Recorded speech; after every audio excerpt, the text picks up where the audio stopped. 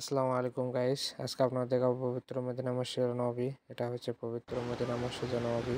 তো গাইস দেখুন, উঁচুতলা বিল্ডিং উপর থেকে ভিউটা দান করা হয়েছে।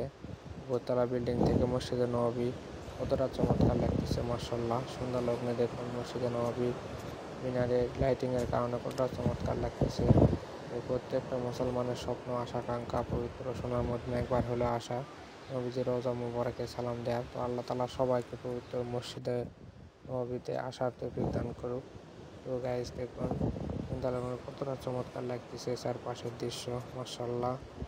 তো দেখুন চারপাশে ভিউ দেখুন, মাশাআল্লাহ কতটা সুন্দর।